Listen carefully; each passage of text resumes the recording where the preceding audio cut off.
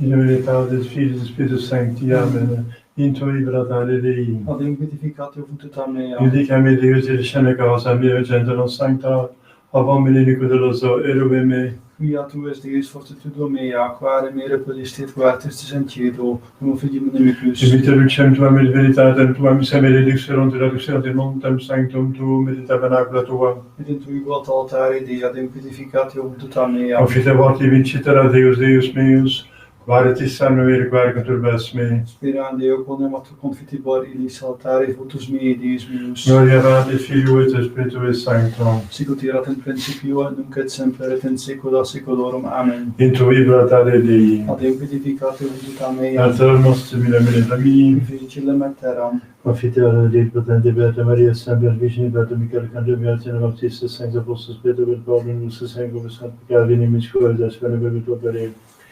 Mea culpa, mea maxima culpa. Ideo precor Beata Maria, Semper Virgine, Beata Michael Arcangelo, Beata Baptista,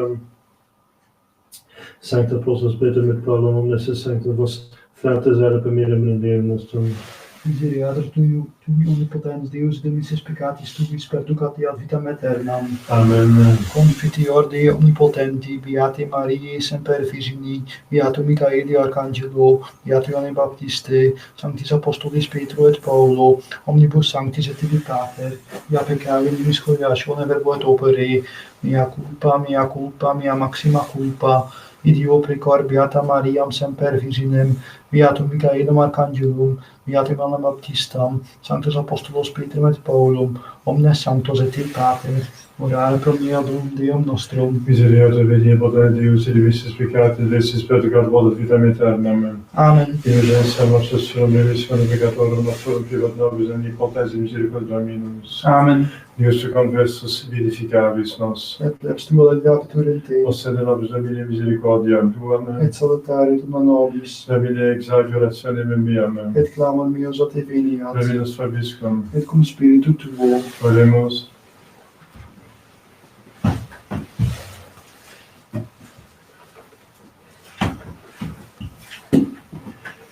Ego autem cum justitia parevo in conspectu tuo, satiabor luma manifestabitur gloria tua, exaudi Domine justitia meam in tenebebe deprecationi meae, gloria Patri, Filio et Spiritus Sancto, sicut erat in principio, et semper in saecula saeculorum. Amen. Ego autem cum justitia parevo in conspectu tuo, satiabor luma manifestabitur gloria tua. Kyrie eleison, Kyrie eleison, Kyrie eleison, Christe eleison, Christe eleison, Christe eleison, Kyrie eleison, Kyrie eleison, Kyrie eleison. Dominus vobiscum, et cum spiritu tuo. oremus. Daquesus omnipotens Deus sacro nos purificante unio, sinceris mentibus et sancta ventura facet pervenire. Perdona nos quisquis filium tuum, qui te convive in unitate et Spiritus Sancti Deus, per omnia saecula saeculorum. Amen. Lex Libri Genesis. In Ius illis dixit Iosef satibus suis, audite somnium meum quod vidi, putabam nos ligare manipulos in agro, et quasi consurgere manipulo meum et stare vestosque manipulos circumstante adorare manipulo meum. Respondere frates eius, nunc itrex consideris, aut subiciemur ditioni tue. Ec ergo causa somniorum atque sermonum invidie et odii fomitem ministravit. Aliud quoque vidit somnium quod narrans fratibus ait, vidi per somnium quasi solem et lunam et stellas undecim adorare me.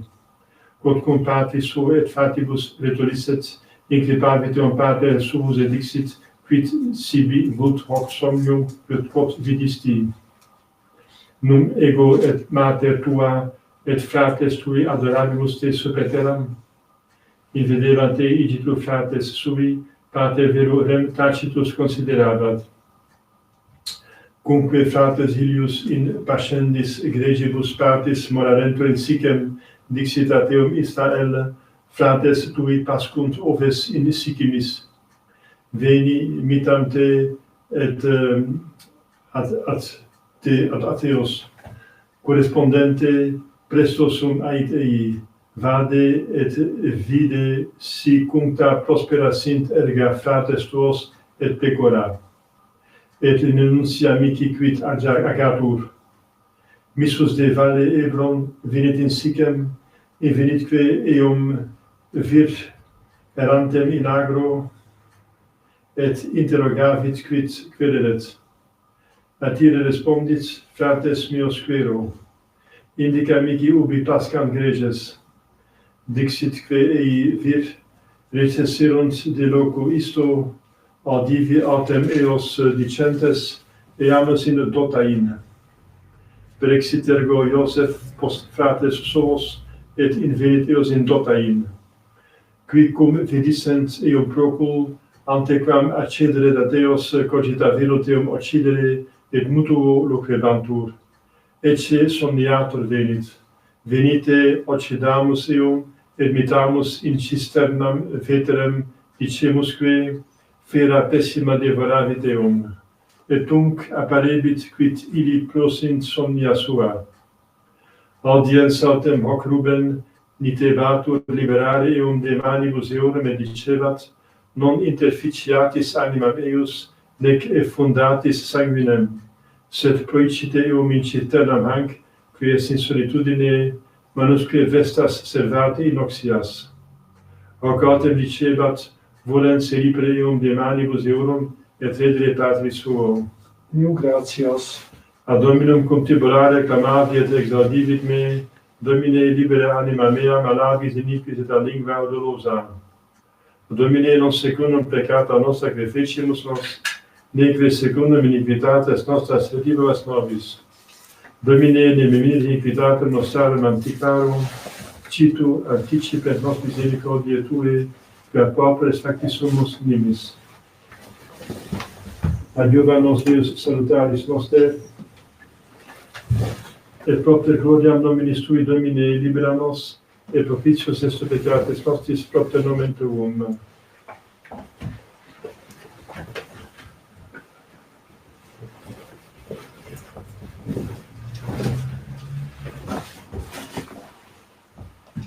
Dominus vobiscum. Et cum spiritu tuo. Sequentia Sancti Evangelii secundum Matteum. Gloria tibi, Domine. In tempore dixit Iedus Servicio Deorum, et principibus sacerdotum parabola manc.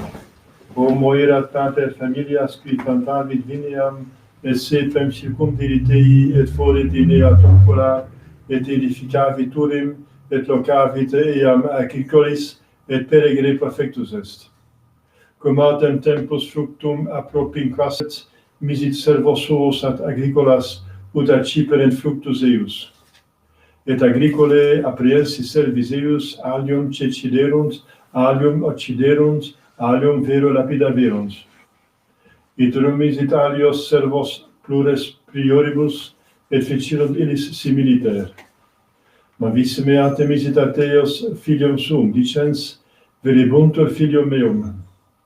Agricolae autem videntes filium dixerunt inter se, hic est heres, venite, occidamus eum, et habebimus hereditate meus. Et apprehensum eum, eiecerunt ecta vineam et occiderunt. Cum ergo veneri Dominus vinee, quid facet agricolis illis. Aiunt illi malos male perdet, et vineam suam locavit aliis agricolis, fererant ei fructum temporibus suvis.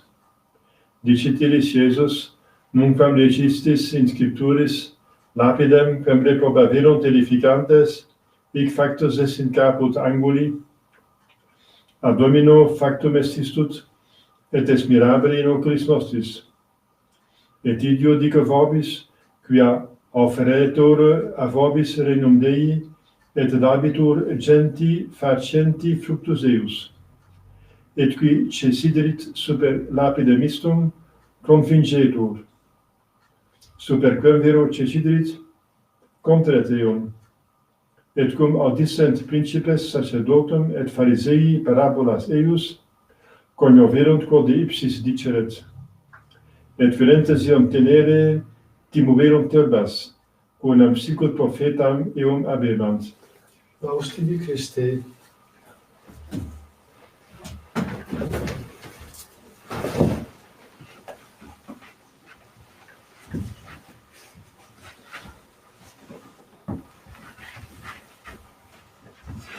Dominus vobiscum, et cum spiritu tuo, oremus. Domine in auxilium meum respice, confundantur et revereantur quiquerunt anima meam, ut offerant eam, Domine in auxilium meum respice.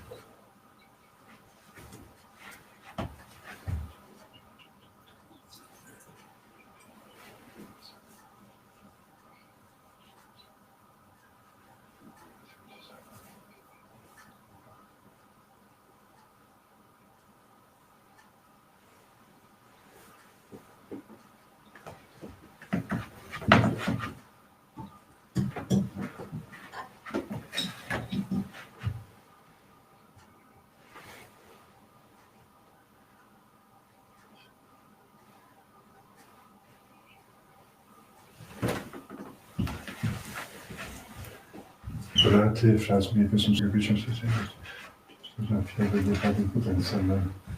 Io Domini sacrificem male gustulis, applaudem et gloriam nomen sui, ad utilitatem quoque nostram totiusque ecclesiae sui sanctae.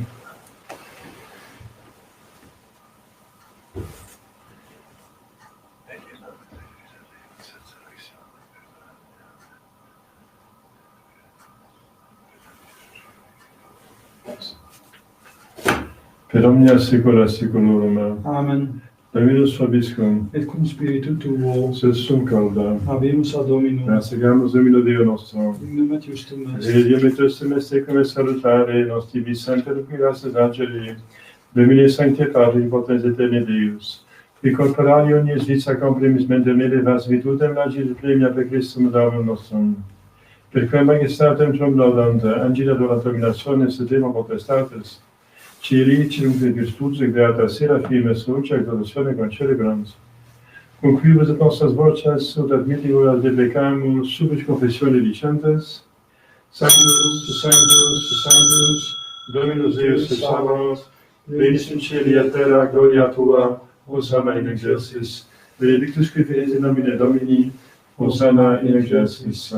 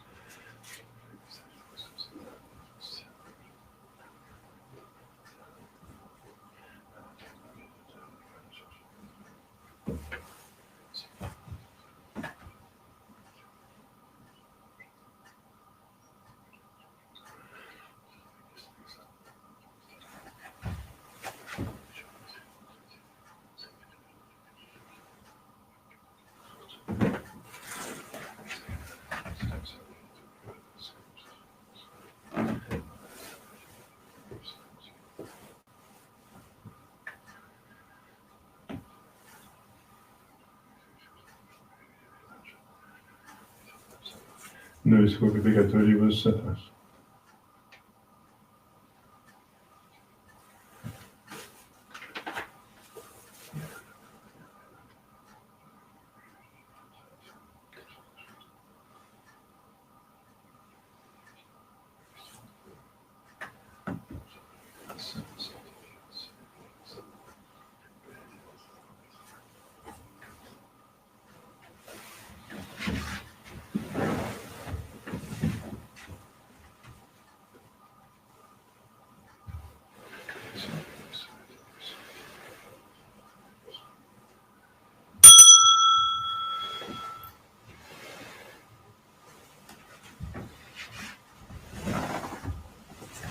Per omnia saecula saeculorum. Amen. Amen. Oremus te sceptis salutaris moniti divina institutione formati dicere. Pater noster quae in celis sanctificetur nomen tuum. Adveniat regnum tuum et fiat voluntas tua sicut in cielo et in terra. Panem nostrum quotidianum nobis hodie dimitte nobis debita nostra, sicut et nos dimittimus debitoribus nobis. Et in nos inducas in tentationem, Sed libera nos a malo.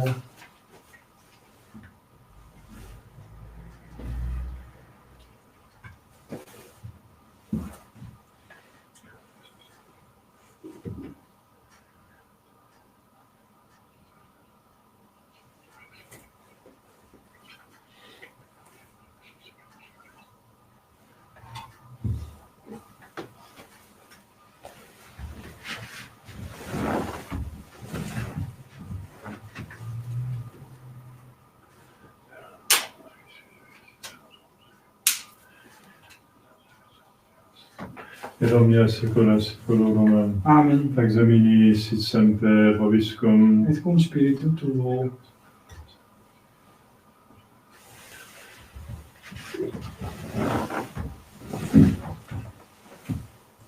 Agnus Dei qui tollis peccata mundi, miserere nobis. Agnus Dei qui tollis peccata mundi, miserere nobis. Agnus Dei qui tollis peccata mundi, dona nobis pacem. Amen.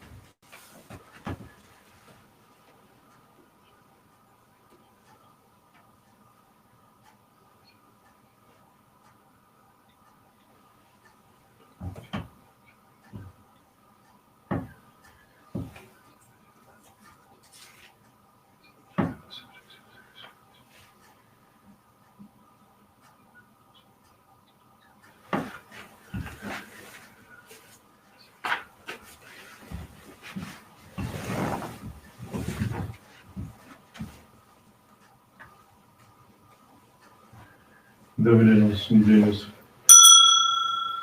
Domine nostrum Deus. Domine nostrum Deus.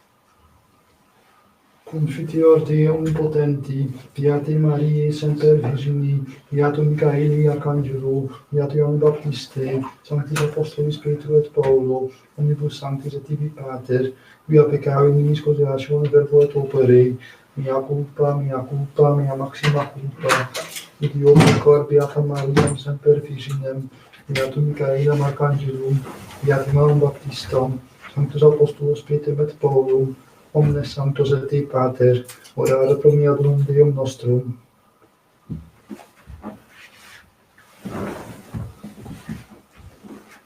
Misericorde Christi, potens Deus, et dimissus peccatus, et peccator volat vitam aeternam. Amen. Indulgentia marches sunam remissione peccatorum, et torrentibus vobis omnipotens misericordia dominus. Amen. Petiamus Dei, cipitor et peccatum mundi, Domine nostrum dignus ut inter subjectum meum, sed tantum differvet sanabitur mea. Domine nostrum dignus ut inter subjectum meum, sed tantum differvet sanabitur mea. Domine nostrum dignus ut inter subjectum meum, sed tantum differvet sanabitur mea.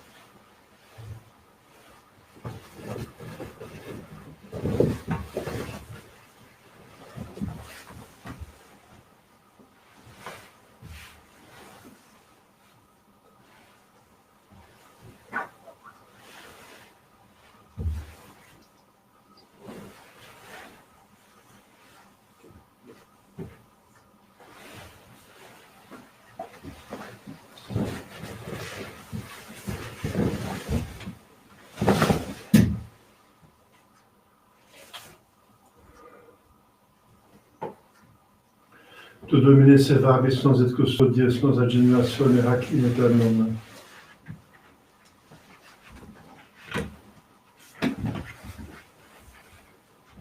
Dominus vobiscum, Et cum spiritu tuo, oremus, fac nos quesumus Domine accepto opiniores audit aeterni, sic tendere congruenter, ut ad eam pervenire possimus per Dominus Piscis Filium tuum vitae convive veritate et per Sancte Deus, per omnia saecula saeculorum. Amen. Oremus, humiliate capita vesta Deo, naquismus Domine populo tuo salute mens et corporis, ut bonis operibus inerendo, tue semper virtutis meriamur protectione defendi.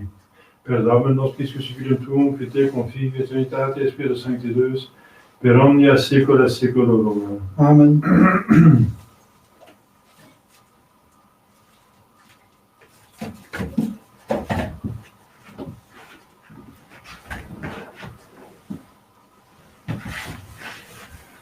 Dominus vobiscum, Et cum spiritu tuo, ite missa est. Deo gratias.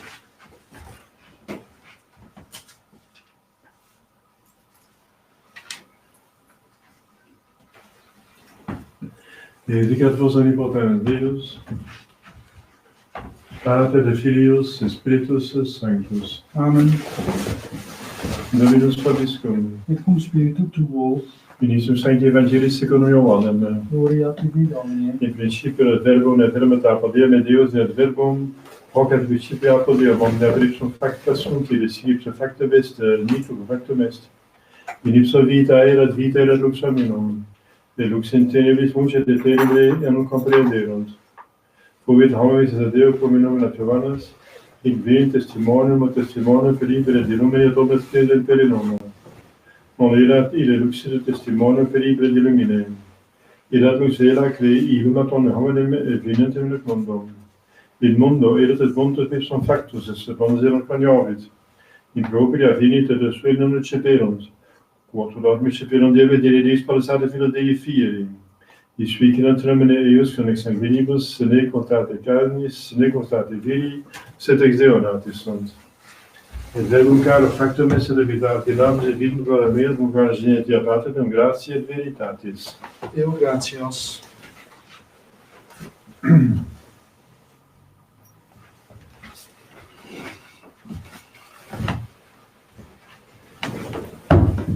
Ave Maria, gratia plena Dominus tecum, benedicta tui mulieribus, et benedictus fructus ventris tui, Iesus. Sancta Maria, Mater Dei, ora pro nobis peccatoribus, nunc et in hora mortis nostrae. Amen. Ave Maria, gratia plena Dominus tecum, benedicta tui mulieribus, et benedictus fructus ventris tui, Iesus. Sancta Maria, Mater Dei, ora pro nobis peccatoribus, nunc et in hora mortis nostrae. Amen. Ave Maria, gratia plena Dominus tecum, benedicta tui mulieribus, et benedictus fructus ventris tui, Iesus. Sancta Maria, Mater Dei, ora pro nobis peccatoribus, nunc et in hora mortis nostrae. Amen. Salve Regina Mater misericordiae, vita dulcedo et pes nostra, salve. A te clamamus exules filii. A te suspiramus, sementes flentes in ac lacrimarum vale. Ea ergo advocata nostra, illos tuos misericordias ocultos a nos converte. Et Jesum benedictum fructum ventris sui nobis, pos origine ostende. O clemens, o piatus, Virgo Maria. Ora pro nobis sancta Dei Genetrix. O dignificiamur commissionibus Christi. Oremus Deus et fugum nostrum et virtus populum et clamante propitius respice,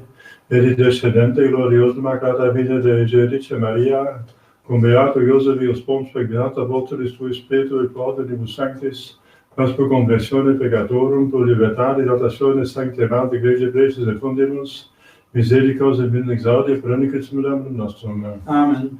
Sancte Vica Cancer defendem prelo contra quissa Messias diables et presidium, imperatile Deus supplice de peccamus, quae messis lestes Satanas spiritus malignos, que per issonem animata ruiant in mundo, divina virtute infernum detrude. Amen. Glorios gratissimum, Miserere nobis. glorios gratissimum, Miserere nobis. glorios gratissimum. Miserere nobis.